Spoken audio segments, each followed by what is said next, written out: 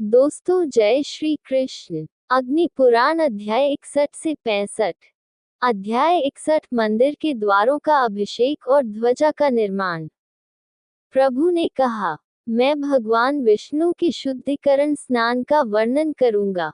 अग्नि में आहुति इस मंत्र से दी जाती है, नत्व 81 घड़े अपने अपने स्थान पर रखकर भगवान हरि का आवाहन करना चाहिए और उन्हें स्थापित करना चाहिए। उसकी पूजा सुगंध और पुष्पों से करनी चाहिए। अर्पण करके पुजारी की पूजा करनी चाहिए। मैं द्वार को पवित्र करने की विधि का वर्णन करूंगा। द्वार के नीचे सोने का टुकड़ा रखना चाहिए। पुजारी को चाहिए कि वह उदुम्बरा अंजीर का पेड़ की टहनियां स्थापित करें। 8 घड़ों के मुख को खोलें और उनकी पूजा सुगंध आदि से तथा वैदिक मंत्रों से करें। गड्ढों में अग्नि में टहनियां, भुना हुआ धान और तिल आदि अर्पित करना चाहिए। बिस्तर आदि अर्पित करने के बाद सहायक ऊर्जा को नीचे रखना चाहिए। देवताओं चंड और प्रचंड को टहनियों के नीचे स्थापित करना चाहिए तथा देवताओं द्वारा पूजित देवी लक्ष्मी को टहनियों के ऊपर स्थापित करना चाहिए। चतुर्मुख वाले ब्राह्मण को नियुक्त करके विधिपूर्वक श्री सूक्त का पाठ करके उसकी पूजा करनी चाहिए। बिल्व वृक्ष के फल उसे अर्पित करने चाहिए और पुरोहित को शुल्क देना चाहिए। मैं उस दिव्य भवन की प्राण प्रतिष्ठा का वर्णन करूंगा जिसके द्वारों की प्राण प्रतिष्ठा हो चुकी है और जिसमें हरि की प्रतिमा विधिपूर्वक स्थापित की गई है। ये प्राण प्रतिष्ठा में है। सुनो, शुकनाश मुख्य शिला तैयार होने के बाद सोने, चांदी या बेल धातु से बने घड़े में 8 प्रकार के रत्न, औषधियां, खनिज, अन्न के बीज, लोहा और जल भरकर उसे कपड़े से ढककर वेदी के पूर्व में दर्भ घास पर वृत्ताकार रूप में रखना चाहिए। गिरी हुई टहनियों को इकट्ठा करके नरसिंह मंत्र के साथ अग्नि में अर्पित करना चाहिए। फिर मंदिर को नारायण तत्व नामक सिद्धांत से जीवंत करना चाहिए। जो मंदिर का प्राण है, उसका ध्यान इस प्रकार करना चाहिए कि हे देवों के देव, तब बुद्धिमान व्यक्ति को मंदिर को स्वयं भगवान के रूप में कल्पित करना चाहिए। सोने के घड़े के नीचे सोने का एक टुकड़ा रखा जाना चाहिए। पुरोहितों और अन्य लोगों को उनकी फीस देनी चाहिए और ब्राह्मणों को भोजन कराना चाहिए। इसके बाद वेदी, गर्दन, शीर्ष और मंदिर के गोले के चारों ओर धागे लपेटे जाने चाहिए। फिर सुदर्शन चक्र नामक धातु की अंगूठी रखनी चाहिए। इसे भय से रक्षा प्रदान करने वाले भगवान वासुदेव का रूप मानना चाहिए। वैकल्पिक रूप से एक घड़ा एक ग्लोब के स्थान पर और उसके ऊपर चक्र रखना चाहिए। हे जन्महीन, मंदिर में वेदी के चारों ओर 8 विघ्नों के देवताओं विघ्नेश्वर को स्थापित करना चाहिए। अथवा चारों दिशाओं में गरुड़ भगवान विष्णु का वाहन की 4 प्रतिमाएं स्थापित करनी चाहिए। अब मैं दुष्टात्माओं का नाश करने वाले ध्वजदन की स्थापना का वर्णन करूंगा। जो व्यक्ति ऐसा करता है, वह भगवान विष्णु के लोक में उतने ही 1000 वर्षों तक निवास करता है जितने मंदिर में भगवान की प्रतिमा में परमाणुओं की संख्या होती है। हे पापरहित, ये जान लेना चाहिए कि ध्वजा स्थापित करने से मनुष्य को करोड़ गुना अधिक पुण्य प्राप्त होता है, क्योंकि वह ध्वजा मंदिर के गले में घूमती है और पृथ्वी, वेदी और मूर्ति के चारों ओर वायु प्रवाहित करती है। ध्वज को प्रकृति और दंड को पुरुष जानना चाहिए और आप जानते ही हैं कि मंदिर वासुदेव विष्णु की छवि का दूसरा रूप है। मंदिर में धरणी पृथ्वी को उसकी धारण करने की क्षमता के कारण ये नाम दिया गया है। इसके आंतरिक गुहा आकाश का प्रतिनिधित्व करती है। अंदर का प्रकाश अग्नि का प्रतिनिधित्व करता है और इसका स्पर्श वायु का प्रतिनिधित्व करता है। मंदिर के पत्थर के स्लैब में पाया जाने वाला सांसारिक जल सांसारिक गुणों का प्रतिनिधित्व करता है। इसकी प्रतिध्वनि ध्वनि के सिद्धांतों का प्रतिनिधित्व करती है। इसका स्पर्श खुरदरापन दर्शाता है। इसका रंग जो सफेद या अन्य हो सकता है, रंग के सूक्ष्म सिद्धांत को दर्शाता है। देवता को चढ़ाया जाने वाला भोजन और अन्य खाद्य पदार्थ स्वाद की भावना को दर्शाता है। इत्र गंध की भावना को दर्शाता है। वाणी की भावना मंदिर में इस्तेमाल होने वाले नीचे के भाग में निहित है। मुख्य शिला मंदिर की नाक है। दोनों ओर के दो छिद्र दो हाथों को दर्शाते हैं। ऊपर की मेहराबदार छत को मंदिर का सिर और सिर पर रखे घड़े को माना जाना चाहिए। इसकी गर्दन को गर्दन कहा जाना चाहिए। दोष के ऊपर के मंच को कंधा कहा जाता है। पानी के निकास गुदा और जननांग हैं। चूने के प्लास्टर को त्वचा कहा जाता है। दरवाजा मुख होगा। मंदिर में स्थापित प्रतिमा को उसका प्राण कहा गया है। पीठ को उसकी ऊर्जा के रूप में जाना जाना चाहिए। इसके आकार को भी उसका सजीव रूप कहा जाना चाहिए। इसकी गुहा इसकी जड़ता है। भगवान केशव इसके नियंत्रक हैं। इस प्रकार भगवान हरि स्वयं मंदिर के रूप में विद्यमान रहते हैं। भगवान शिव को टांग कहना चाहिए। भगवान ब्रह्मा कंधे में स्थित हैं। भगवान विष्णु मंदिर के ऊपरी भाग में यथावत रहते हैं। मेरी बात सुनो।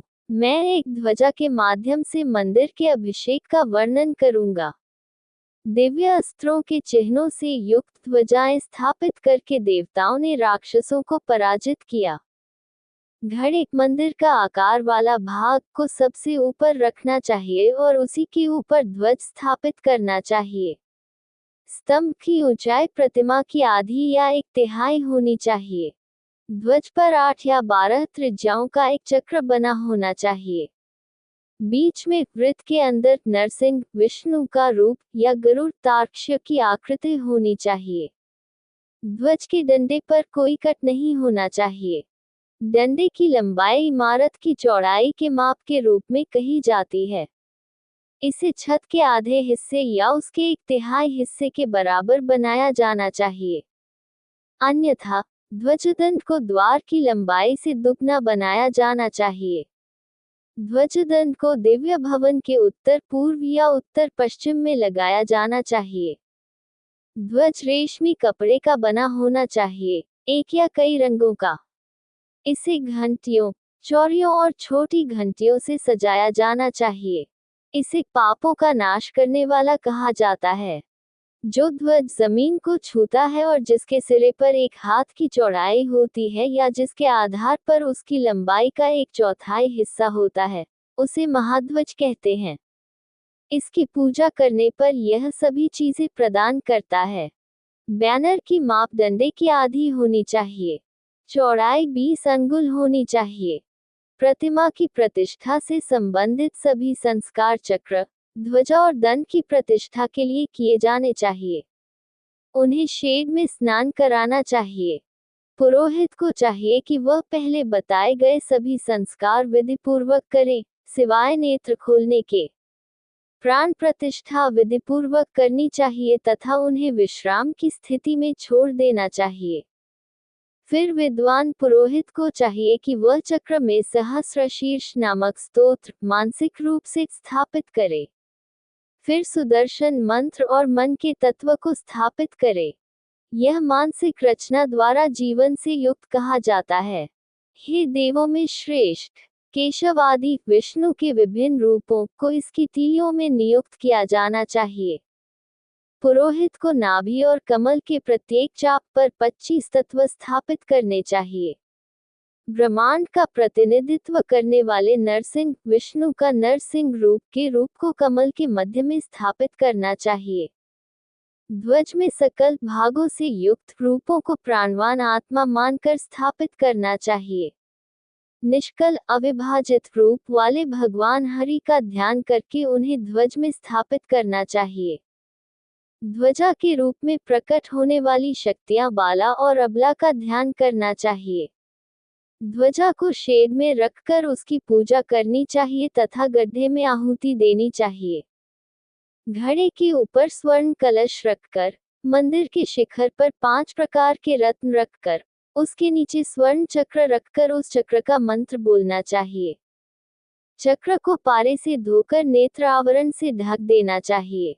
फिर चक्र को रख देना चाहिए। बीच में भगवान नृहरि विष्णु का नरसिंह रूप की कल्पना करनी चाहिए।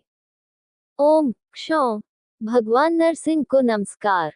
भगवान हरि का आह्वान और पूजन करना चाहिए। फिर यजमान जिसने अभिषेक की व्यवस्था की है को अपने रिश्तेदारों के साथ ध्वजा पकड़नी चाहिए और ध्वज के सिरे को दही से भरे बर्तन में डुबाना चाहिए। ध्वजा की पूजा ध्रुवा से शुरू करके फट से समाप्त होने वाले मंत्र से करनी चाहिए। उस पात्र को सिर पर रखकर भगवान नारायण का स्मरण करते हुए यजमान तुरी संगीत वाद्य की शुभ ध्वनि के साथ मंदिर की परिक्रमा करनी चाहिए। तत्पश्चात अष्टाक्षर मंत्र का उच्चारण करते हुए दंड को स्थापित करना चाहिए। तत्पश्चात विद्वान व्यक्ति द्वारा मुंचामित्व का उच्चारण करते हुए ध्वज को फहराना चाहिए। ध्वज यजमान को पुरोहित को पात्र, पताका और हाथी आदि देना चाहिए। ध्वजा के अभिषेक की विधि सामान्य रूप से इस प्रकार बताई गई है। जिस देवता का प्रतीक चिन्ह हो उसे उसी मंत्र से गाड़ देना चाहिए। पताका चढ़ाने से स्वर्ग की प्राप्ति होती है तथा अगले जन्म में पृथ्वी पर शक्तिशाली राजा बनता है। अध्याय 62 देवी लक्ष्मी की प्रतिमा की स्थापना की विधि। प्रभु ने कहा, मैं तुम्हें सभी दिव्य प्रतिमाओं की स्थापना की विधि बताऊंगा। सबसे पहले मैं लक्ष्मी तथा उनकी सहचरी देवियों की स्थापना की विधि का वर्णन करूंगा। पहले की तरह स्नान आदि सभी क्रियाएं छप्पर में ही करनी चाहिए। देवी लक्ष्मी की प्रतिमा को आसन पर स्थापित करना चाहिए। 8 घड़े रखने चाहिए। प्रतिमा को घी से अभिषेक करके मूल मंत्र से स्नान कराना चाहिए तथा गाय से प्राप्त 5 वस्तुओं से स्नान कराना चाहिए। हिरण्यवर नाम हरिणिम मंत्र से लक्ष्मी के नेत्र खोलने चाहिए। 3 मीठी चीजें ताम आवाह मंत्र के साथ अर्पित करनी चाहिए। उसे मूर्ति को पूर्व दिशा में घड़े के जल से स्नान कराना चाहिए और अश्वपूर्व 4 मंत्र का उच्चारण करना चाहिए। फिर प्रतिमा को दक्षिण, पश्चिम और उत्तर दिशा में घड़ों के जल से स्नान कराना चाहिए और क्रमशः कामोस्मीते, चंद्रम प्रभासाम, आदित्य वर्ण मंत्रों का पाठ करना चाहिए। दक्षिण पूर्व, दक्षिण पश्चिम, उत्तर पश्चिम और उत्तर पूर्व दिशा में रखे घड़ों से जल प्रतिमा पर डालना चाहिए तथा साथ में ये मंत्र बोलने चाहिए। उपेतुमा, क्षुत पिपासा, गंधद्वार, मनसा, कामाकृति। इसके बाद प्रतिमा को 81 घड़ों के जल से स्नान कराना चाहिए तथा इसके साथ ही आप सृज क्षितिम मंत्र बोलना चाहिए। पुजारी को मूर्ति की पूजा करनी चाहिए सुगंधित द्रव्यों के साथ, आर्द्रम पुष्करिणी पुष्पों के साथ, तमा आवाह और या आनंद।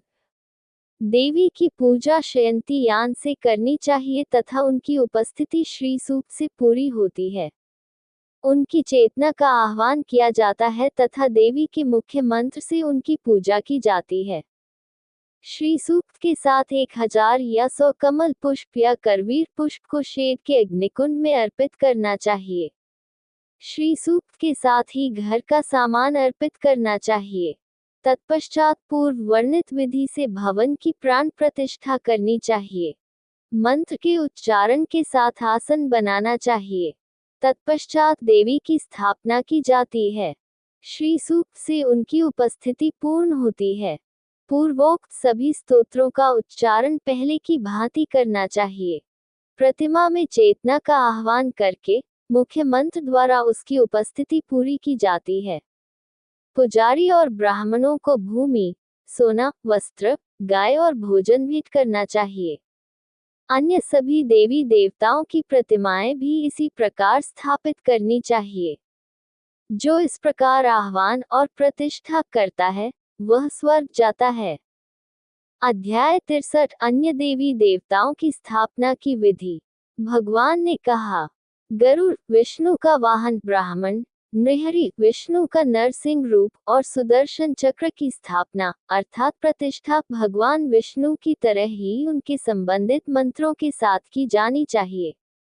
मेरी बात सुनो, हे सुदर्शन, वह महान चक्र जो शांत है, दुष्टों के लिए भयानक है, मार डालो, मार डालो। छेद दो, काट डालो और काट डालो। दूसरों के मंत्रों को खा जाओ, खा जाओ।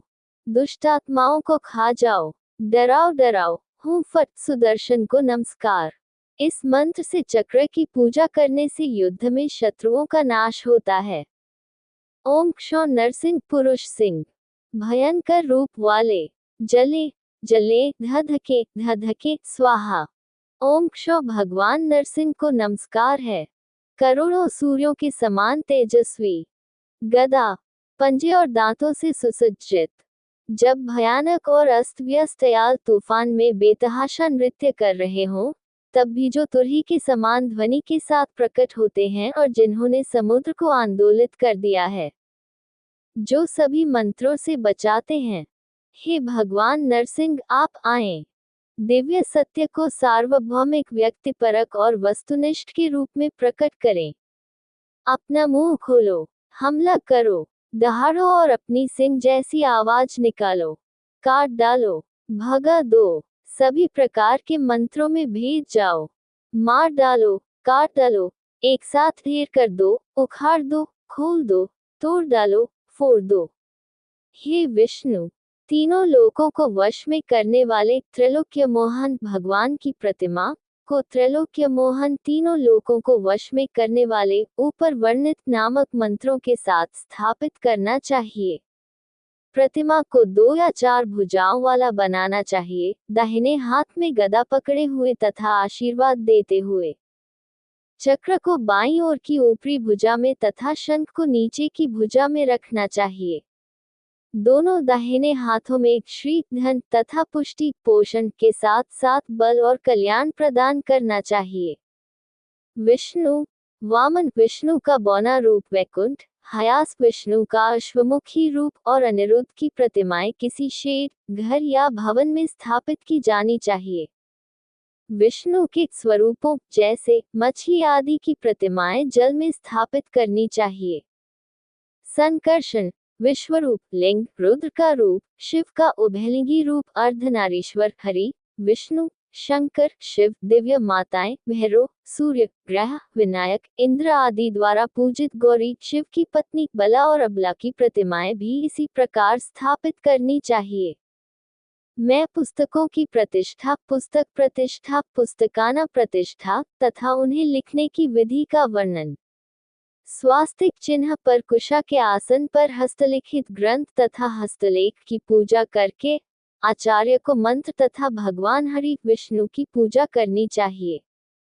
यजमान, जिसके कहने पर अनुष्ठान किया जाता है, को पूर्व दिशा की ओर मुख करके स्वर्ण लेखनी और देवनागरी अक्षरों से चांदी की थाली पर 5 श्लोक लिखकर गुरु मंत्र, भगवान हरि, प्रतिलिपिकार और देवी पद्मिनी का ध्यान करना चाहिए। अपनी क्षमता के अनुसार ब्राह्मणों को भोजन कराना चाहिए और जितना दे सके उतना शुल्क देना चाहिए। गुरु मंत्र और भगवान श्रीहरि का पूजन करके पूर्व की भांति उत्तर पूर्व दिशा में शुभ आसन पर बैठकर आकृति में पुराण आदि लिखना चाहिए। घड़े में रखे दर्पण में पुस्तक को देखकर उसे पहले बताए अनुसार पवित्र करना चाहिए। फिर आंखें खोलकर उसे बिस्तर पर रखना चाहिए। पुरुष सूक्त तथा वेद आदि को मानसिक रूप से पुस्तक में स्थापित करना चाहिए। उसमें प्राण प्रतिष्ठित करके उसकी पूजा करनी चाहिए तथा खिचड़ी का भोग लगाना चाहिए। गुरु को भोजन कराकर तथा शुल्क देकर द्विजों को भोजन कराना चाहिए। पुस्तक को रथ अथवा हाथी पर रखकर ले जाना चाहिए। पुस्तक को घर या मंदिर में स्थापित करके उसकी पूजा करनी चाहिए। जो पुस्तक कपड़े में लपेट कर रखी गई हो, उसकी पूजा पाठ के आरंभ और अंत में करनी चाहिए। विश्व शांति का संकल्प करके ग्रंथ का एक अध्याय पढ़कर सुनाना चाहिए। यजमान तथा अन्य लोगों पर घड़े का जल छिड़कना चाहिए। द्विजों को पुस्तक भेंट करने का पुण्य अनंत है। 3 चीजें श्रेष्ठ दान कही गई हैं, गाय, भूमि और ज्ञान। हे निष्पाप, ज्ञान दान का पुण्य बहुत है। जो मनुष्य लिखित पत्रों की एक गठरी भेंट करता है, वह उतने वर्षों तक भगवान के लोक में रहता है और आनंद उठाता है, जितने पत्र और पत्र उसमें होते हैं। जो मनुष्य पंचरात्र, पुराण और भारत दान देता है, वह अपने कुल की 21 पीढ़ियों को उन्नत करता है और परमात्मा में लीन हो जाता है। अध्याय 64 कुप प्रतिष्ठा की विधि। प्रभु ने कहा, मैं कुओं, तालाबों और पोखरों के अभिषेक की विधि का वर्णन करूंगा। सुनो, भगवान हरि विष्णु सोमरूप में और उत्तम वरुण जल रूप में रहते हैं। ब्रह्मांड अग्नि और जल से व्याप्त है। जल रूपी विष्णु इसके कारण है। भगवान वरुण जल के अधिष्ठाता देवता की प्रतिमा सोने, चांदी या रत्नों से बनी होनी चाहिए। प्रतिमा के 2 हाथ होने चाहिए। दाहिना हाथ शरण देता हो और बायां हाथ सर्प फांस पकड़े हो तथा वह नदियों और सर्पों के साथ हंस पर बैठी हो। यज्ञशाला के मध्य में अग्निकुंड युक्त वेदी होनी चाहिए। वहां एक मेहराब होना चाहिए। भगवान वरुण के लिए पत्थर का घड़ा रखना चाहिए। अग्निकुंड के द्वार पर घड़े रखे जो अर्धवृत्ताकार या शुभ प्रकृति के स्वस्तिक के आकार के हो सकते हैं। जल के लिए गड्ढे में अग्निदान संस्कार करने के बाद अंतिम आहुति देनी चाहिए। वरुण की प्रतिमा को स्नान आसन पर ये तिशते मंत्र से स्पर्श करना चाहिए। तत्पश्चात पुजारी द्वारा मुख्य मंत्र के उच्चारण के साथ घी से उसका अभिषेक करना चाहिए। 8 घड़ों को शुद्ध जल से धोकर शमनो देवी का उच्चारण करके पवित्र करना चाहिए। पूर्व वाले घड़े में समुद्र का जल रखना चाहिए। दक्षिण पूर्व में गंगा जल, दक्षिण में वर्षा का जल, दक्षिण पश्चिम में झरने का जल, पश्चिम में नदी का जल, उत्तर पश्चिम में पुरुषोत्तम नदी का जल, उत्तर में झरने का जल तथा ईशान में तीर्थों का जल रखना चाहिए। उपर्युक्त सब के अभाव में यासा राजा मंत्र के साथ नदी का जल इन घड़ों में डालना चाहिए। 3 मीठी चीजों शहद, चीनी और घी से आंखों को साफ करके और मंत्र दुर्मित्रिय से अभिषेक करके उन्हें चित्रम और तच्चक्षु से खोलना चाहिए। उनमें तेज का आवाहन करके पुरोहित को स्वर्ण की गाय अर्पित करनी चाहिए। समुद्र ज्येष्ठा का पाठ करते हुए पूर्व दिशा में घड़े के जल से वरुण की प्रतिमा को पवित्र करना चाहिए। गंगा जल को समुद्रम गाच, वर्षा जल को सोमोध्यनुम, झरनों के जल को देवराप, पुल्लिंग नदियों के जल को पंच नद्या, झरने के जल को उद्भिद, तीर्थों के जल को पावमनी, पंचगव्य गाय से प्राप्त 5 पदार्थ को आपोह स्थान तथा स्वर्ण घड़े के जल को हिरण्यवर्णम मंत्र से डालना चाहिए। मूर्ति को आपो अस्मा के साथ वर्षा के जल से, भू भूफ शुभ व्याहृतियों के साथ कुएं के जल अर्थात कूप से स्नान कराना चाहिए। वरुण की मूर्ति को वरुणादि के साथ तालाब के जल से पवित्र करना चाहिए। पर्वतों से जल लाकर आपो देवी मंत्र से तथा फिर 81 घड़ों से जल लाकर डालना चाहिए। फिर मूर्ति को वरुणस्य से स्नान कराना चाहिए तथा त्वन्नो वरुण से पीने योग्य जल देना चाहिए। व्याहृतियों से मधुपक, बृहस्पति से वस्त्र, वरुण से पवित्र, प्रणव ओम से ऊपरी वस्त्र प्रदान करना चाहिए। पुष्प आदि चौरी, दर्पण, छाता, पंखा और पताका आदि यद्वारुण्य मंत्र से वरुण को अर्पित करने चाहिए। प्रतिमा को मुख्य मंत्र उठो के साथ ऊपर उठाना चाहिए और उसी रात प्रारंभिक प्रतिष्ठा करनी चाहिए। देवत्व की उपस्थिति वरुण च से पूरी होती है। इसकी पूजा यद्वारुण्य से करनी चाहिए। मूल मंत्र से मूर्ति में प्राण प्रतिष्ठा करनी चाहिए तथा पुनः सुगंध आदि से पूजा करनी चाहिए। पहले की तरह घर में पूजा करके वेद के प्रथम शब्द प्रणव के साथ अग्निकुंड में टहनियां आदि अर्पित करके चारों दिशाओं में 4 गायें दुहनी चाहिए। फिर जौ का दलिया बनाकर अग्नि में आहुति देनी चाहिए। आह्वान व्याहृति, गायत्री और मुख्य मंत्र से करना चाहिए। आहुति सूर्याय प्रजापति द्योः स्वाहा चंतरिक्षिकः मंत्र से करनी चाहिए। समारोह किया जाना है पृथ्वी, देहधृति, स्वधृति, रति, उग्र, भीम, रौद्र के लिए। विष्णु, वरुण, धात्री, धन के संवर्धक महेंद्र, अग्नि, यम, नैऋत, वरुण, वायु, कुबेर, ईश, अनंत, ब्राह्मण और जल के देवता को स्वाहा और इदम विष्णु तथा तद्विप्रास मंत्रों का उच्चारण करते हुए आहुति देकर प्रसन्न करना चाहिए। सोमो धेनु से 6 बार आहुति देकर ईमन में से आहुति देनी चाहिए। फिर आपोहिष्ठा से 3 बार और 1 बार इमा रुद्र से आहुति देनी चाहिए। 10 दिशाओं में बलि अर्पण चढ़ाना चाहिए। प्रतिमा की पूजा सुगंध और पुष्पों से करनी चाहिए। प्रतिमा को उठाकर किसी बुद्धिमान व्यक्ति द्वारा रहस्यमय चित्र में स्थापित करना चाहिए। मूर्ति की पूजा सुगंधित द्रव्यों, पुष्पों तथा स्वर्ण पुष्पों से विधिपूर्वक करनी चाहिए। श्रेष्ठ पुरोहित को चाहिए कि 2 फुट लंबे जल के टैंक तैयार करके रेत से भरे हुए 8 चबूतरे बनाएं। तत्पश्चात शुद्ध घी से 108 बार वरुणस्य मंत्र आहुति देनी चाहिए। फिर जौ का दलिया अग्नि में अर्पित करना चाहिए और प्रतिमा पर शुद्धि जल छिड़कना चाहिए। प्रतिमा में प्राण प्रतिष्ठा करने की रस्म पूरी करनी चाहिए।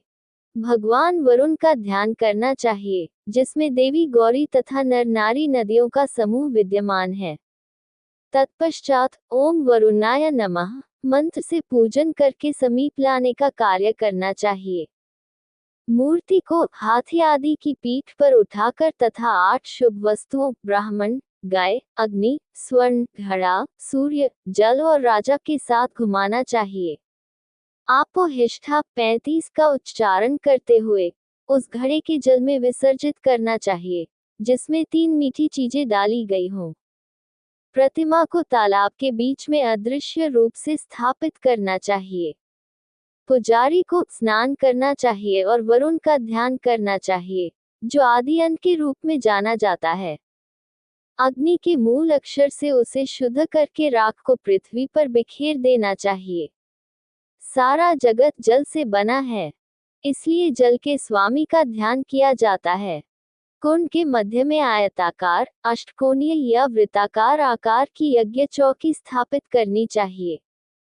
भगवान के प्रतीक की पूजा करके कुएं अर्थात कूप की स्थापना के समय यज्ञ के लिए उपयोग किए जाने वाले वृक्ष की बनी चौकी को 10 हाथ जमीन में गाड़ देना चाहिए।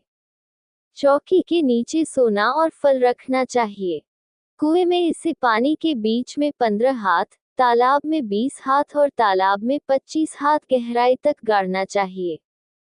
इसके स्थान पर यज्ञशैया के बीच में खंभा गाड़कर उसके चारों ओर यूप्रिस का मंत्र से कपड़ा बांध देना चाहिए। खंभे के ऊपर पताका लगा देनी चाहिए। सुगंधि आदि से पूजन करके विश्व शांति का अनुष्ठान करना चाहिए। गुरु को भूमि, गौ, स्वर्ण और जलपात्र आदि दान देना चाहिए। द्विजों को शुल्क देना चाहिए। जो उपस्थित हैं उन्हें भोजन कराना चाहिए, ब्रह्म से लेकर अजीव तक। इस प्रकार जो लोग जल की तलाश में हैं, वे सभी लोग तालाब के जल से तृप्त हो जाएं।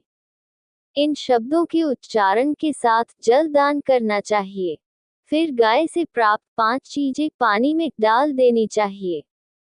आपोह स्थान का 3 बार उच्चारण करके ब्राह्मणों द्वारा पवित्र जल तैयार किया जाए और पवित्र स्थानों के पवित्र जल को तालाब में छिड़का जाए और गायों को ब्राह्मणों को दिया जाए। अन्न आदि सब वस्तुओं को बिना रोक टोक के सब लोगों को देना चाहिए। जो व्यक्ति एक दिन में जल से भरा हुआ जलाशय पवित्र करता है, वह हजारों अश्वमेध करने वाले व्यक्ति से 10 करोड़ गुना अधिक पुण्य प्राप्त करता है। ऐसा व्यक्ति दिव्य वाहन द्वारा स्वर्ग में जाता है और वहां आनंद मनाता है। वह कभी नरक में नहीं जाता। पवित्र करने वाले को कभी कोई पाप नहीं लगता, क्योंकि गाय बैल आदि पशु उसका जल पीते हैं। जलदान से मनुष्य को सभी पुण्य प्राप्त होते हैं और वह स्वर्ग जाता है। अध्याय 65 मंदिरों के सामने मंडपों का निर्माण, सभा स्थापना। प्रभु ने कहा, मैं मंदिरों के सामने मंडप बनाने की विधि अर्थात सभा और उनके रखरखाव का वर्णन करूंगा। वास्तुया किसी स्थान पर निवास करने वाली आत्माओं को प्रसन्न करने के लिए किया जाने वाला अनुष्ठान, भूमि मंडप बनाने के लिए का परीक्षण करने के बाद किया जाना चाहिए। अपनी इच्छानुसार मंडप बनाकर उसमें इच्छानुसार देवताओं की प्रतिमा स्थापित करनी चाहिए। 4 सड़कों के संगम पर या गांव के निर्जन स्थान पर भवन नहीं बनाना चाहिए। ऐसा भवन निर्माता पापों से मुक्त होकर अपने पूर्वजों को स्वर्ग में ले जाता है तथा स्वर्ग में सुख भोगता है। भगवान हरि विष्णु के लिए निम्न प्रकार से 7 मंजिल का भवन बनाना चाहिए। राजाओं के महलों के निर्माण के मामले में भी यही नियम लागू होता है। ध्वज पूर्व दिशा में लगाना चाहिए। भवन को चतुर्भुज के रूप में बनाया जाना चाहिए, जिसमें विकर्ण रेखाएं न हों। भवन में 3 या 2 कक्ष या 1 कक्ष होना चाहिए। व्यय बहुत अधिक नहीं होना चाहिए। अत्यधिक व्यय हानिकारक माना जाता है। अत्यधिक आया भी हानिकारक है, इसलिए दोनों को बराबर करना चाहिए। गर्क वास्तुशास्त्र के अच्छे जानकार पुजारी को भवन के हाथ के माप को जोड़ना चाहिए और उसे 8 से गुना करना चाहिए। इसे 3 से गुना करना चाहिए और परिणामी गुणनफल को 8 से विभाजित करना चाहिए और शेष को व्यय के रूप में जाना जाता है।